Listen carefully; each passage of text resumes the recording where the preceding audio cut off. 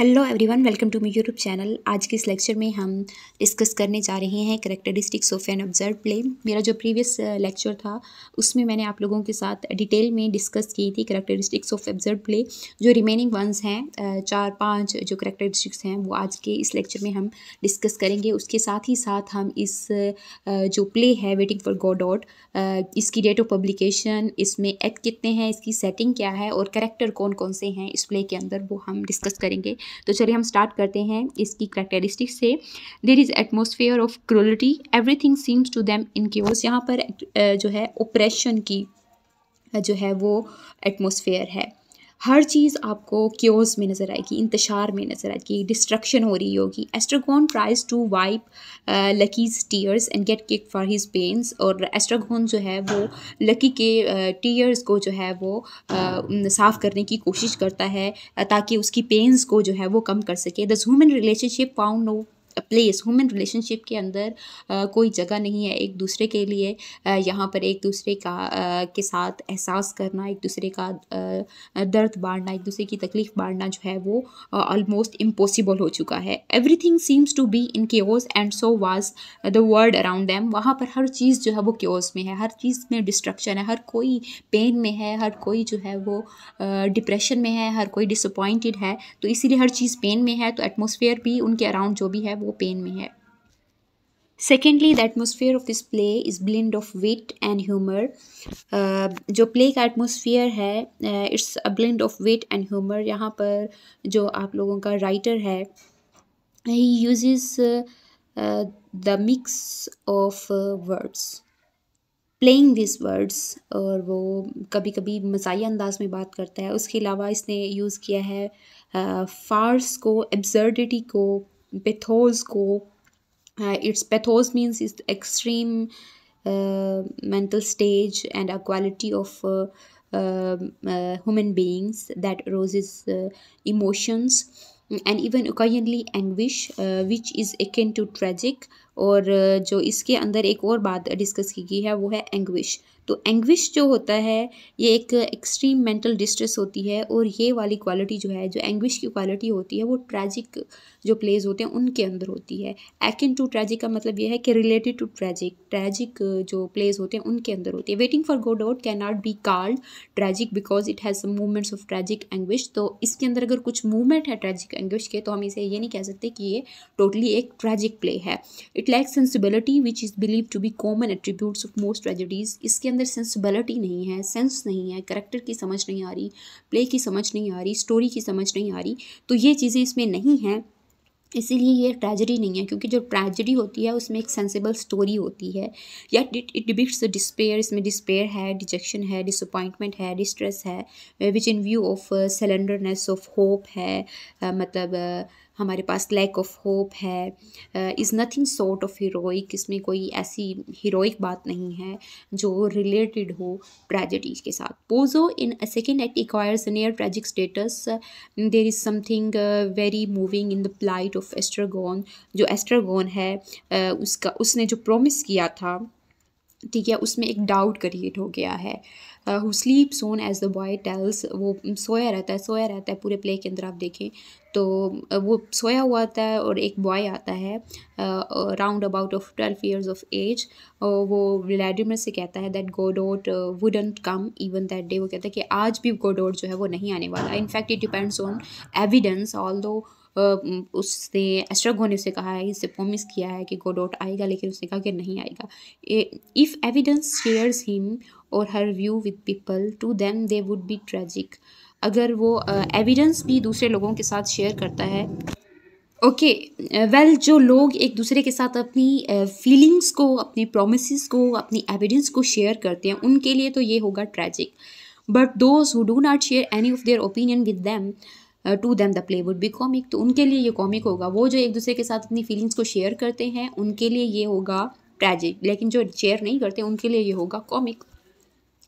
To keep on taking off boots is comic to some and tragic to others. अगर वो होता ना कि इंसान गुस्से में आ जाता है कि एक ही जो है वो सिचुएशन को, एक ही सर्कमस्टेंसेस को बार बार देखता जाए, तो उनके लिए ये बात ट्रैजिक बन जाती है। और कुछ लोगों के लिए कॉमिक होता है, कुछ लोग उसे देखकर हंसेंगे, ठीक है, और कुछ लोग जो हैं वो रिडिक्यूल करेंगे।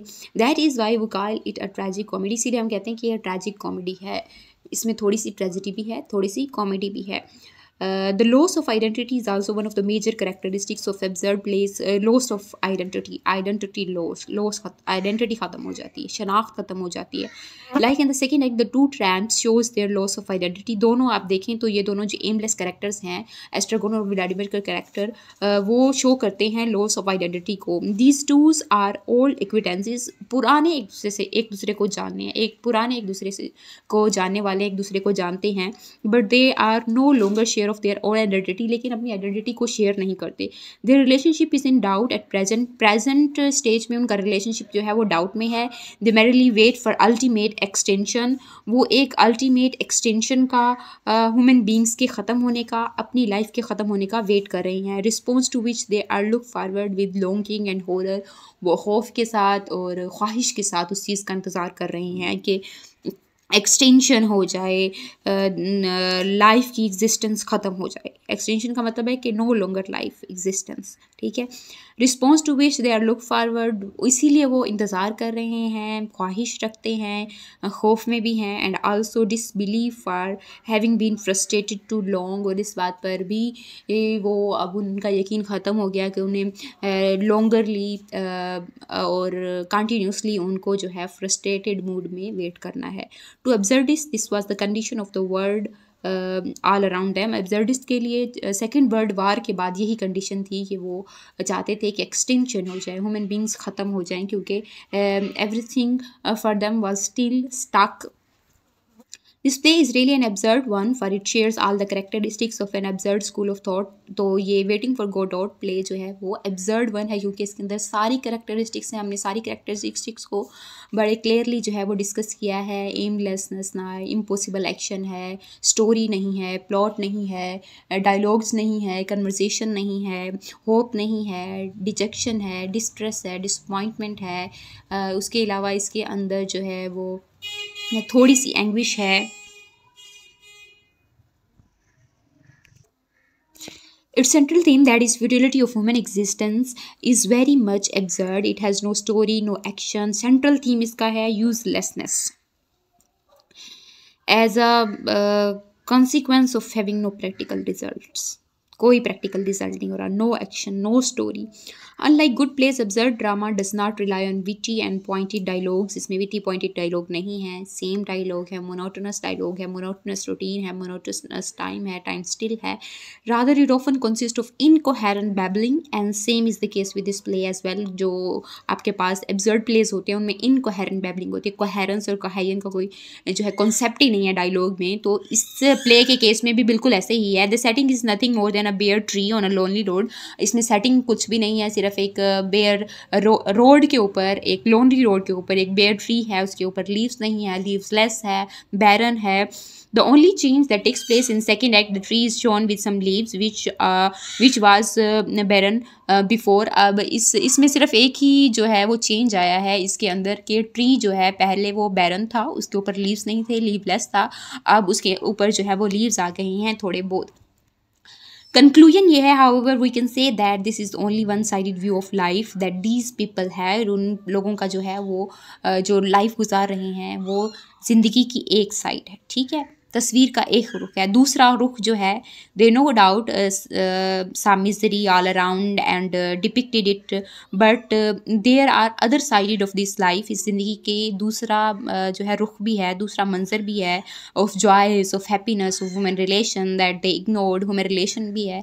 हम ये नहीं कह सकते कि इस प्ले के अंदर उन्होंने human relation को जो है वो इग्नोर किया है। आप देखें तो व्लादिमीर और एस्ट्रागोन जो है वो व्लादिमीर को अपना नाइटमेयर सुनाने की कोशिश करता है, व्लादिमीर नहीं सुनता। इसी तरह जो हमारे पास एस्ट्रागोन है, वो एस्ट्रागोन जो होता है वो लकी के आंसू साफ करने की कोशिश करता है, आंसू को पोंछने की कोशिश करता है, लेकिन जो लकी होता है वो उसे जो है वो हटा देता है, उसे कहता है नहीं करो ये. Perhaps that was the reason that this theater is existed only for a decade and after that it disappeared from the stage altogether. इस यही वजह है कि ये जो प्ले था या जो आपके पास एब्सर्ड प्लेस हैं या एब्सर्ड प्लेस का जो थिएटर था जिसके ऊपर परफॉर्मेंस होती थी वो सिर्फ 10 साल के लिए रहा. उसके बाद हमेशा हमेशा के लिए स्टेज से जो है वो डिसअपेयर हो गया, ख़त्म हो गया. उसके बाद हमने डिस्कस करना है waiting for Godot by Samuel Beckett. Date of publication, publish कब हुआ था ये play. Waiting for Godot was published in 1956 in English में ये 1956 में पब्लिश किया गया था. The dramatist who are regarded as belonging to the theatre of the absurd were not conscious member of any school. किसी भी स्कूल का member नहीं थे जो कि ड्रामेटिस्ट थे एब्सर्ड थिएटर के. They only share certain common attitudes and similar interpretation of human predicament. They wrote around about the middle of 20th century के middle में उन्होंने लिखा. All the writers who are placed in this group share a common outlook about life and men. वो जितने भी writer जो कि absurd theatre के अंदर या absurd ड्रामास के अंदर आते हैं उनका लाइफ और ह्यूमन बींग्स को देखने का आउटलुक जो है वो सेम है. They believe that there is no purpose of life at all in this world. इस वर्ल्ड के अंदर जो है वो इंसान का ज़िंदगी गुजारने का कोई पर्पज़ नहीं है, पर्पज़लेस है life. Samuel Beckett is well known as an absurd dramatist. He is a prolific writer and he wrote Waiting for Godot when his genius was at its peak. जब बहुत ज़्यादा सोच रहा था, बहुत ज़्यादा उसके पास नॉलेज था, फिलोसफिकल आइडियाज़ थे, तब उसने ये लिखा था. Beckett has poured all his philosophy in this play के अंदर उसने अपनी सारी जो फिलॉसफी है एक फ़्लो में बताई है. We should remember all absurd playwrights for basically philosophers. जितने भी हमारे पास एब्सर्ड प्ले राइट्स थे वो फ़िलासफ़र्स थे and they made their plays a medium to express their philosophy and philosophical point of view. Setting of the play क्या है, waiting for Godot की setting क्या है. The setting is nothing more than a bare tree on a lonely road. पहला जो act, इसमें दो act है ना, पहले एक्ट में जो सेटिंग है वो है एक लोनली रोड है, एक तन्हा रोड है, उसके ऊपर एक ट्री है जो कि बेयर है, उसके ऊपर कुछ भी नहीं है, लीव्स नहीं है. The only change in setting takes place in the second act. Second act में सिर्फ सेटिंग होती है. Tree is shown with some leaves which was barren before. जो पहले बैरन था, ठीक है, उसके ऊपर कुछ नहीं था, उसके ऊपर अब छोटे छोटे लीव्स आ गए हैं. The night goes and the day comes day after day. For them the time is not changing. उनके लिए टाइम चेंज नहीं हो रहा. रात जाती है, दिन आ जाता है, दिन जाता है, रात आ जाती है. तो कंटिन्यूसली ये होता है. दो एक्ट हैं और दोनों एक्ट में जो सेटिंग है वो ऐसे है. पहले जो ट्री होता है वो बैरन होता है, एक लोनली रोड के ऊपर होता है, कोई उसके ऊपर लीव्स नहीं है, एटमॉस्फेयर सारा बैरन है. उसके बाद जब जो दूसरा सेट लगता है, दूसरा एक्ट होता है, उसके अंदर जो है उसी लीव्स के ऊपर चंद जो है वो लीव्स दिखाई गई हैं. Characters in the play Waiting for Godot. This play has 5 characters. A character is missing who's named as Godot. 5 character हैं. व्लादिमीर का करेक्टर है, एस्ट्रागॉन का करेक्टर, ये दोनों जो हैं स्टेज पर दिखाए गए हैं. उसके बाद पोजो लकी का करेक्टर है and a boy of about 12 years of age. The name of the boy is not given in the play. एक लड़का है, 12 साल उसकी उम्र है, जो आकर बताता है व्लादिमीर को जब एस्ट्रागॉन सोया हुआ होता है कि जो गोडोट है वो नहीं आने वाला. तो ये सारे करेक्टर हैं इस प्ले के अंदर.